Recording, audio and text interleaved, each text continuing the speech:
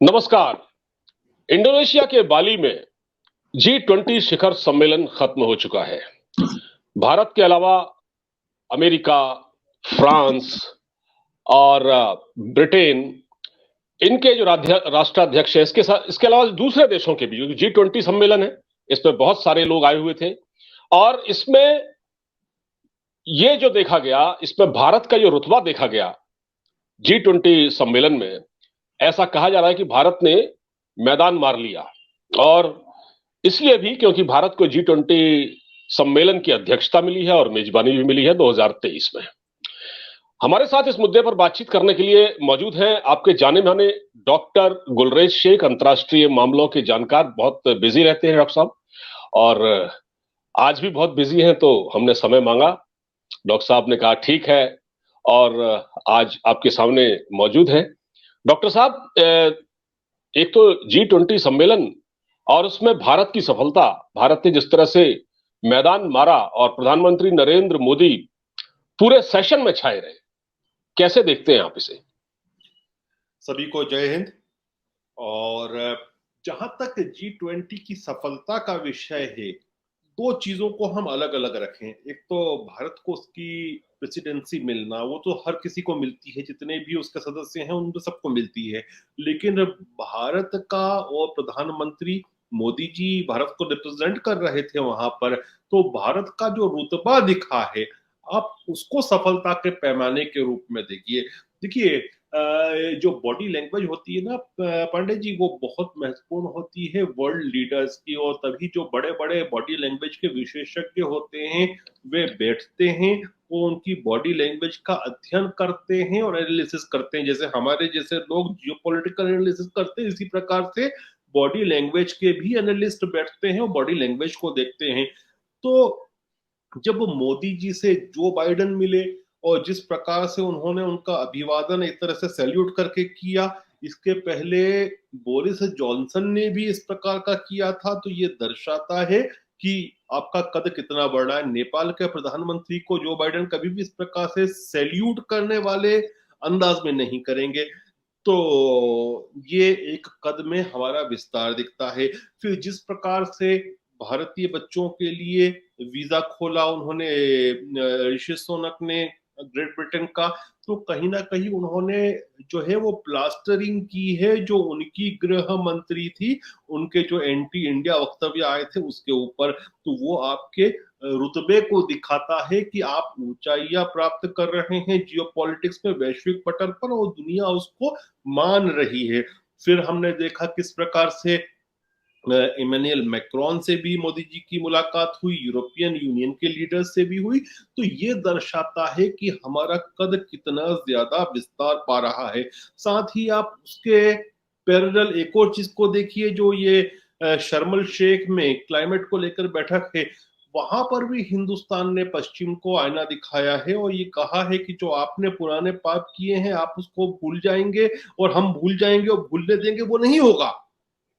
क्योंकि क्या होता है कि पश्चिमी देश क्लाइमेट चेंज के नाम पर भारत, चीन जैसे देशों के ऊपर सब कुछ मठ देते हैं, लेकिन इन्होंने इतिहास में जो 1750 से लेकर अभी तक किया है, उसी के कारण तो क्लाइमेट चेंज हो रहा है। ऐसा नहीं है कि पिछले 10-15 साल में जो हुआ उसने ही क्लाइमेट चेंज कर दिया। तो वहां पर भी भारत जो है अपना रुतबा प्रदर्शित कर रहा है। तो इन सब चीजों को आप देखेंगे तो G20 में आप ये कह सकते हो कि सबसे ज्यादा कोई चमक रहा था तो वो हिंदुस्तान चमक रहा था। और आप इसमें एक बात और देखिए कि G20 में एक जो लाइन अडॉप्ट की गई ऑफिशियल वक्तव्य के रूप से, वो लाइन थी जो मोदी जी ने व्लादिमीर पुतिन साहब को कही थी कि this is not an era for war. तो ये अपना आप ये बहुत बड़ी चीज है, लोग उसको नहीं समझ रहे कि यदि हमारे प्रधानमंत्री ने कोई वक्तव्य दिया था वो आधिकारिक वक्तव्य के रूप में बन जाए G20 का, तो अपने आप उसको दुनिया प्रमाणित करती है। तो ये भारत की शक्ति बन के उभरी है, इसको सलाम करने की जरूरत है और दुनिया सलाम कर रही है। जी डॉक्टर साहब, अच्छा, एक और अप्रत्याशित चीज देखने को मिली, वो वीडियो भी देखा गया। प्रधानमंत्री नरेंद्र मोदी की शी जिनपिंग से मुलाकात तय नहीं थी, हालांकि ऑफिशियली कोई मुलाकात नहीं हुई, वो तो डिनर में हुई, लेकिन ये भी काफी चर्चा का विषय रही। हालांकि यहाँ पर कुछ लोग उसको दूसरे नजरिए से भी देख रहे हैं, कुछ उसकी आलोचना भी कर रहे हैं। देखिए, जो नजरिए से जो देखें वो बात अलग है, लेकिन आप ये देखिए ना कि शी जिनपिंग से किसी प्रकार की भी जो साइडलाइंस पे बायलैटरल वार्ता होनी चाहिए थी वो नहीं हुई। वैसी बायलैटरल वार्ता जो है वो ऋषि सुनक के साथ हुई, वो जो बाइडेन के साथ होती है, वो इमैनुअल मैक्रॉन के साथ होती है, लेकिन शी जिनपिंग के साथ एक अहम नेता है जो विश्व बिरादरी के और G20 के, उनके साथ नहीं होती। इसका मतलब यह है कि भारत ने और मोदी जी ने बड़ा स्पष्ट संदेश दिया है कि जब तक सीमाओं पर हालात नॉर्मलाइज नहीं होते हैं तब तक आपसे बात भी नॉर्मल नहीं की जाएगी। और जहां तक बात है हाथ मिलाने के ऊपर जो लोग कहते हैं, मैं तो ये कहता हूं कि ये जियो पॉलिटिक्स है। मैंने पिछली बार भी एक जुमला कहा था कि जियो पॉलिटिक्स में माना ही जाता है कि मैं किसी को कहूं डिप्लोमेटिकली गो टू हेल, तो वो मुझसे पूछे कि रास्ता बताओ, हेल का रास्ता कहाँ जाता है। तो दिल मिले नहीं मिले ये बात अलग है, लेकिन हाथ मिलने चाहिए। केवल हाथ मिले हैं, लेकिन साइडलाइन पर कोई वार्ता नहीं हुई। और एक और बड़ा जो ऋषि सोनाक की तरफ से भी लिखा हुआ आया, शायद दिख नहीं रहा होगा, जी ये उन्होंने उनके आधिकारिक फेसबुक पेज पे डाला, यूनाइटेड बाय फ्रेंडशिप और एक मजबूत दोस्ती, हिंदी में लिखकर। तो ये भी दर्शाता है कि भारत का रुतबा कितना ज्यादा बढ़ चुका है। और G20 की मेजबानी हिंदुस्तान ऐसे समय कर रहा है भाई साहब, जब मैं ये कहता हूं अपने शब्दों में उसको कुछ कहूंगा तो मैं इसको इस प्रकार से कहूंगा कि आज जियो पॉलिटिक्स जो है वो इंडो पैसिफिक की तरफ आ चुकी है। उस समय हमारे पास मेजबानी आ रही है। आज जब दुनिया की स्थिति जो है, चाहे वो खाद्य आपूर्ति या ऊर्जा की हो, तब सबसे खराब दौर में, one of the worst period में चल रही है, तब हमारे पास आ रही है। और मैं एक बात और जोड़ना चाहूंगा कि जो जी। दुनिया की आर्थिक अवस्था इस हम्म। साल से वो पिछले साल से बेहतर थी और अगले साल से भी बेहतर है। मेरे शब्दों को मार्क कर लीजिए पांडे जी। जी जी। दुनिया की जो इकोनॉमिक हेल्थ है इस साल, वो पिछले जो बीता साल था उससे बेहतर है और आने वाले साल से भी बेहतर है। मतलब आने वाला साल बड़ा कठिन है दुनिया के वैश्विक आर्थिक स्थितियों के लिए। उस समय भारत मेजबानी कर रहा है, तो भारत की तरफ दुनिया की निगाहें हैं। मैं कहता हूं कि दुनिया एक्सपेक्ट भी बहुत कुछ कर रही है और हम डिलीवर भी बहुत कुछ करेंगे। और अभी अच्छा जब डॉक्टर साहब, ये बिल्कुल आपने सही कहा। थोड़ा मुझे ऐड कर लेने दे भाई, चैलेंजेस भी जी बहुत सारे हैं। दो तीन चैलेंजेस, खासतौर से सबसे बड़ा जो चैलेंज है ना, आंतरिक सुरक्षा को लेकर हमको बहुत सजग रहना होगा, क्योंकि कई शहरों में, मल्टीपल सिटीज में जो शेरपाज आएंगे, शेरपा मतलब जो प्रतिनिधि होते हैं, जब राष्ट्राध्यक्ष जाते हैं G20 को, उनके पहले जो रिप्रेजेंट करते हैं, जो शेरपाज की बैठक मल्टीपल हिंदुस्तान की मल्टीपल सिटीज में होगी, वहां आंतरिक जो सिक्योरिटी है उसको भी आतंकवादी और दुश्मन देश खराब करने की कोशिश कर सकते हैं। अभी कुछ दिनों पहले उदयपुर में भी एक घटना हुई थी जिसको पुलिस ने फॉइल कर दिया था। और जहां तक मुझे मालूम है कि शायद उदयपुर भी one of the meeting venue है G20 का। तो हमको जी। आंतरिक सुरक्षा का भी बड़ी मुस्तैद रहना होगा जियो पॉलिटिक्स के साथ। बिल्कुल ठीक कहा आपने, आंतरिक सुरक्षा को लेकर बहुत सतर्क सतर्क रहने की जरूरत है, वाकई। बिल्कुल ठीक कहा आपने, जब इतनी बड़ी इवेंट होगी भारत में तो। अच्छा और डॉक्टर वो एक साहब। सिटी की मल्टीपल सिटीज में होनी है। देखिए, फाइनल जी। तो हो सकता है दिल्ली में हो, जो फाइनल जैसे हाँ। अभी दिल्ली में हुई है, लेकिन उससे हम्म। पहले शेरपास की जो 100-200 मीटिंग होगी वो अलग अलग शहरों में होनी है। और वो हो अलग सकता है अलग शहर। कश्मीर में भी हो। और मैं तो चाहता बिल्कुल। हूं कि काश कश्मीर में सफलता पूर्वक हो, तो क्या होगा कि फिर एक ये हमारी बहुत बड़ी जियोपॉलिटिकल विक्ट्री होगी। जी। अच्छा डॉक्टर साहब, इस G20 सम्मेलन को देखने के बाद एक बात तो साफ हो रही है कि दुनिया अब किसी भी तरह के युद्ध या किसी तरह के कॉन्फ्लिक्ट से थोड़ा परहेज कर रही है। अब आपने ये देखा कि जैसे जब ये बैठक चल रही थी और आप देखिए, टाइमिंग देखिए, तो एक मिसाइल गिरती है पोलैंड में और आरोप लगता है कि ये रूस ने मारी है। उस पर 2 लोग मारे जाते हैं। तो यह भी कहा जा रहा है कि कहीं यूक्रेन ने तो ऐसे टाइम पर मिस फायर नहीं किया, फायर किया हो सकता है कि उसने फायर किया हो, क्योंकि वो ये देख रहा था कि भाई दुनिया इसमें बहुत सारी बातें हो रही है, यूक्रेन का तो कोई जिक्र ही नहीं हो रहा, हमारे बारे में तो कोई चर्चा ही नहीं हो रही है। दुनिया का ध्यान अपनी ओर नहीं, आकर्षित करने के लिए ऐसा किया जा सकता है। अच्छा, नहीं यार। दूसरा ये कि इसमें बाइडन साहब ने भी कोई मतलब बचते बचते एक स्टेटमेंट दिया इस घटना के बाद, जब उनसे पूछा गया। तो ये जो है पुतिन साहब का वहां ना आना और लेवरोव का मीटिंग से चले जाना, विदेश मंत्री जो रूस के हैं, इसको कैसे देखा जाए? देखिए भाई साहब, इसको आप दो तीन चीजों की तरफ से देख सकते हो। देखिए, फाइनल रिपोर्ट तो हमको कभी मालूम नहीं पड़ेगी। ऐसा लगता है कि अंडर रेड कारपेट इसको सरका दिया गया है पश्चिम के द्वारा। लेकिन आप जो कह रहे हैं ना कि दुनिया मतलब पश्चिम, देखिए मोदी जी ने बिल्कुल सही कहा, this is not an era for war. लेकिन पश्चिम जो है उसका मैं कहता हूं बार बार ना कि हिंदुस्तान और एशिया जो है वो अब शक्ति का केंद्र बन रहा है, वो जियोपॉलिटिकल ताकत का केंद्र बन रहा है।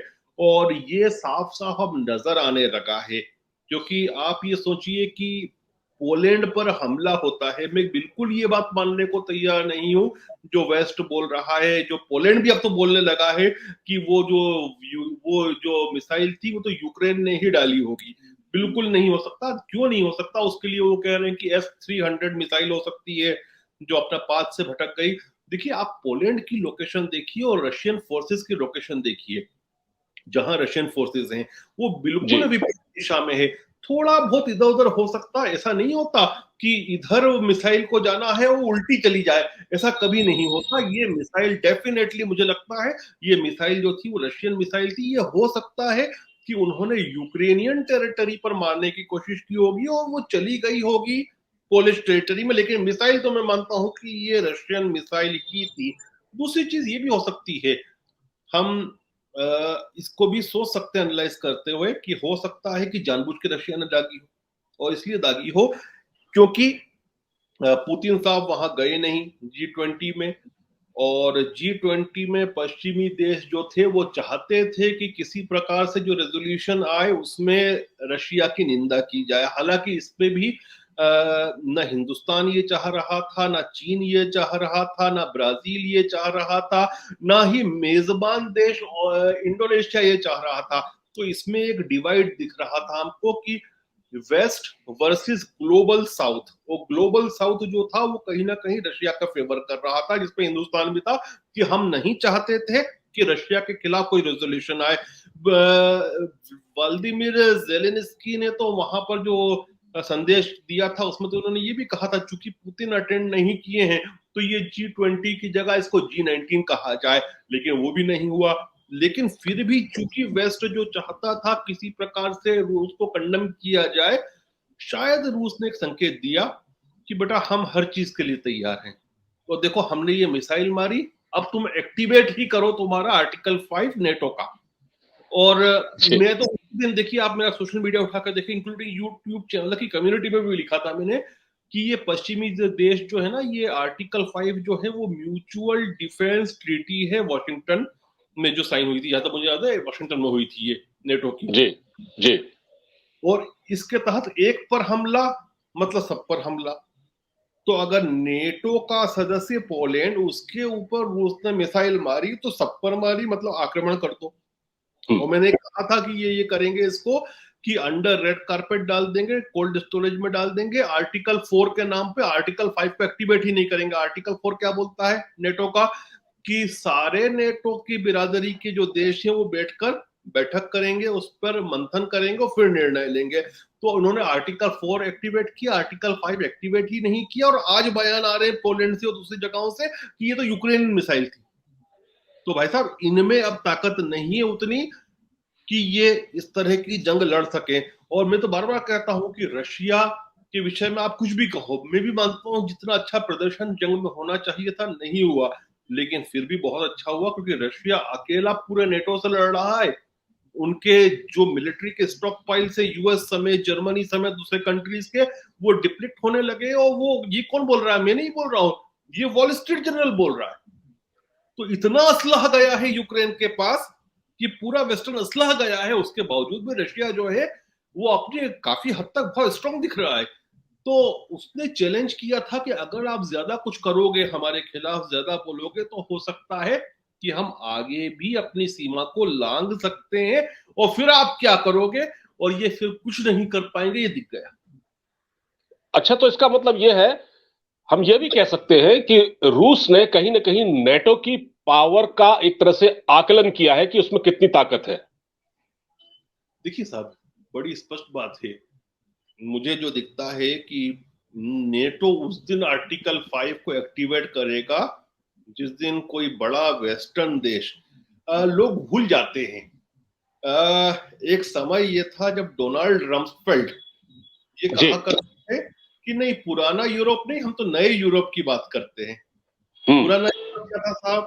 पुराना यूरोप था France, Germany, Great Britain, Netherland, typical Europe.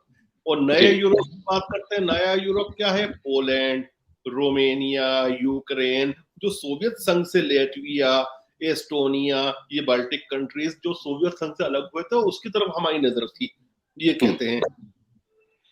लेकिन आप पाएंगे कि दो, वेस्ट में भी पश्चिम में भी दो सेक्शन हैं।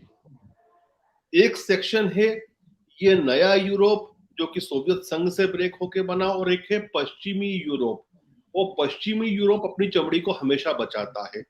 आप देखें कि हिटलर ने पोलैंड पे हमला किया, हिटलर ने दूसरी कंट्रीज पे हमला किया, इन्होंने कभी हमला नहीं किया। लेकिन जिस दिन फ्रांस में हमला हुआ था, तब ब्रिटेन ने हमला कर दिया था, वॉर डिक्लेयर की थी। तो मैं कहता हूं आज भी कि रशिया अगर पोलैंड पे हमला भी कर दे, लेटविया पे भी कर दे, आपको क्या लगता है कि लेटविया पे हमला कर दिया रशिया ने, तो क्या लेटविया को बचाने के लिए अमेरिका कूदेगा या सब कूदेंगे? नहीं कूदेंगे। हाँ, लेकिन लगेगा कि फ्रांस गिर जाएगा या जर्मनी गिर जाएगा या ब्रिटेन पे आएगी या नीदरलैंड पे आएगी, तब वो एक्टिवेट होगा। जी। और कहीं ना कहीं नेटो की जो यूनिटी आप देखेंगे, मुझे ऐसा लगता है कि अब पोलैंड अपना, कुछ बोलेगा कुछ भी नहीं, लेकिन पोलैंड अपना रक्षा बजट बहुत तेजी से बढ़ाएगा। कहीं ना कहीं पोलैंड के ऊपर काफी ज्यादा प्रेशर होगा पश्चिम का, नेटो का। तभी उनके यहाँ से वक्तव्य आ रहा है कि यूक्रेनियन मिसाइल, संभवतः यूक्रेनियन मिसाइल थी। आप ये बताएं कि अगर ईस्ट में फायर करना है और वेस्ट में जाके गिरे, ऐसा कैसे हो सकता है? मतलब ये इसको डाइल्यूट, इसको खुद पोलैंड खुद इसको डाइल्यूट कर रहा है, करवाया जा रहा है, देखिए करवाया जा आप रहा है, बिल्कुल। समझिए पोलैंड की स्थिति समझिए। पोलैंड के बहुत ज्यादा लोग जो हैं वो वेस्टर्न यूरोप में जाके काम करते हैं और अर्थव्यवस्था में पैसा डिस्ट्रीब्यूट करते हैं। तो पोलैंड इनके ऊपर बहुत हद तक निर्भर है, और ये भी पोलैंड पर इसलिए रखते हैं साथ में क्योंकि पोलैंड ही वह ग्राउंड है जहां से रशिया का अटैक होगा। जी। जी, ऐतिहासिक बिल्कुल। पोलैंड को हमेशा रोंदा गया, जिसने भी रशिया पे हमला करना था, पहले वो पोलैंड और यूक्रेन को रोकता है और फिर रशिया पे जाता है। जी। तो इसको साथ भी रखना है, लेकिन वो हम में से नहीं है साहब, वो थोड़ा कमतर है। ठीक। ठीक। अच्छा डॉक्टर साहब, चलते चलते अमेरिका में जो मिड टर्म पोल हुए हैं उसमें जिस तरह से ट्रंप साहब ने पूरी एक बार फिर से ताकत दिखाने की कोशिश की है, तो उसके बारे में आप क्या कहेंगे अब? देखिए, अमेरिका का अब तो दृश्य क्लियर हो गया लगभग जी। कि it's Joe Biden government is a divided government. और डिवाइडेड क्यों है? क्योंकि सेनेट में मेजोरिटी आ गई है वापस जो बाइडेन की डेमोक्रेट पार्टी के पास, लेकिन जो कांग्रेस है वो चली गई है रिपब्लिकन के हाथ में, नैरो मार्जिन से, लेकिन ठीक है पहुंच गई है। मतलब गवर्नमेंट जो है अब वो डिवाइडेड है, और डिवाइडेड गवर्नमेंट का होने का मतलब ये है कि जो बाइडेन जो कुछ भी चाहते होंगे वो नहीं कर पाएंगे। कहीं ना कहीं यूक्रेन को भी उतना अब सपोर्ट नहीं मिल पाएगा जितना अभी तक मिला, विशेषकर फाइनेंशियल सपोर्ट। साथ ही में जो बाइडेन की चमड़ी भी बची, जो मैं आपको पहले कह रहा था कि अगर सेनेट भी निपट गई और कांग्रेस भी निपट गई, तो इन पर महाअभियोग आ सकता है हंटर बाइडेन के जो लैपटॉप थी उसको लेकर, लेकिन जी। अब वो जाएंगे। लेकिन आप जो बात कर रहे हैं डोनाल्ड ट्रंप की, डोनाल्ड ट्रंप ने जल्दबाजी की, और जल्दबाजी इसलिए की है क्योंकि देखिए, जो डोनाल्ड ट्रंप को लगा था कि वो उनके नेतृत्व में रिपब्लिकन पार्टी की तरह से स्वीप कर लेगी, ब्लडशेड हो जाएगा, पॉलिटिकल ब्लडशेड डेमोक्रेट्स का, वैसा नहीं हुआ। तो जो बाइडेन ने अपनी जमीन को बचाए रखा। तो कहीं ना कहीं अब ये एक जो डोनाल्ड ट्रंप के लिए बड़ी चुनौती है अपना भविष्य जो है उसको लेकर, पॉलिटिकल जी को लेकर। जी जी और मैं ये भी कहता हूं कि हो सकता है, अभी मैं निश्चित नहीं कहूंगा क्योंकि चुनाव में 2 साल है वहां पर, हो सकता है कि डोनाल्ड ट्रंप चुनाव लड़ने के लायक भी नहीं छोड़े जाएं, क्योंकि ऐसा लगता है जो डीप स्टेट है यूनाइटेड स्टेट्स ऑफ अमेरिका का, वो डोनाल्ड ट्रंप को बिल्कुल नहीं पसंद करता। मैं ये बात क्यों कह रहा हूं, क्योंकि एक इंटरव्यू में फेसबुक के मार्क जुकरबर्ग ने ये बात कही थी कि जो ये वीडियोस आ रहे थे और जो खुलासा आ रहा था हंटर बाइडेन के लैपटॉप का, जो बाइडेन के बेटे का, उसको हमने दबाया गया। जब उससे पूछा गया कि क्यों दबाया, तो बोलता है कि एजेंसीज ने कहा था कि इसको मत चलने दो। एजेंसीज का मतलब या तो एफबीआई ने कहा होगा, अगर वहां की एजेंसीज नहीं चाहती थी कि ट्रंप जीते तो ही ये कहा गया। मतलब एक डीप स्टेट जो यूनाइटेड स्टेट्स का अंदर है वो ट्रंप के खिलाफ है। तो हो सकता है कि जो गोपनीयता के आधार पर जो डॉक्यूमेंट्स मिले हैं उनके घर में, कि जो गोपनीय इंफॉर्मेशन वाले डॉक्यूमेंट्स उनके छापे के अंदर मिले उनके घर में, तो उसके आधार पर शायद ट्रंप को नॉन एलिजिबल कर दिया जाए कि वो चुनाव ही नहीं लड़ सके। और जी या फिर तरीका हो सकता है कि रिपब्लिकन पार्टी भी उनको नॉमिनेट नहीं करे, क्योंकि पिछली बार आप देखिए कि रिपब्लिकन्स में इतने मजबूत कैंडिडेट नहीं थे, लेकिन अभी जो फ्लोरिडा के गवर्नर रॉन डी सेंटिस हैं, रॉन डी सेंटिस कई मसलों में ट्रंप से आगे नजर आ रहे हैं रिपब्लिकन पार्टी में। एक तो वो भी एक्सट्रीम राइट विंग है, लेकिन एक्सट्रीम राइट विंग है लेकिन वो बड़बोले नहीं है डोनाल्ड ट्रंप की तरह। वो एक टिपिकल पॉलिटिशियन है, एक्सट्रीम राइट विंग है, सब कुछ है। तो हो सकता है कि रॉन को भी प्रेजेंट कर दिया जाए फाइनल उम्मीदवार के रूप में, और डोनाल्ड ट्रंप को उम्मीदवारी ही नहीं मिले, इसकी भी बहुत चांस है। लेकिन अभी अतिशयोक्ति होगी कुछ भी पक्का बोलना, क्योंकि 2 साल है। लेकिन ऐसा लगता है कि डीप स्टेट जो है यूनाइटेड स्टेट्स का, वो ट्रंप को पसंद नहीं करता। बिल्कुल आपने ठीक कहा। डीप स्टेट ऐसा लग रहा है कि यूनाइटेड ट्रंप को जो है पसंद नहीं कर रहा है। बिल्कुल बिल्कुल, देखते हैं आगे क्या होता है। डॉक्टर साहब बहुत बहुत धन्यवाद आपका, आपने बहुत महत्वपूर्ण जानकारी दी, बड़ा अच्छा एनालिसिस दिया इन 3 मुद्दों पर। आप हमसे जुड़े, आपका बहुत बहुत धन्यवाद डॉक्टर साहब। जय हिंद। जय हिंद, जय भारत।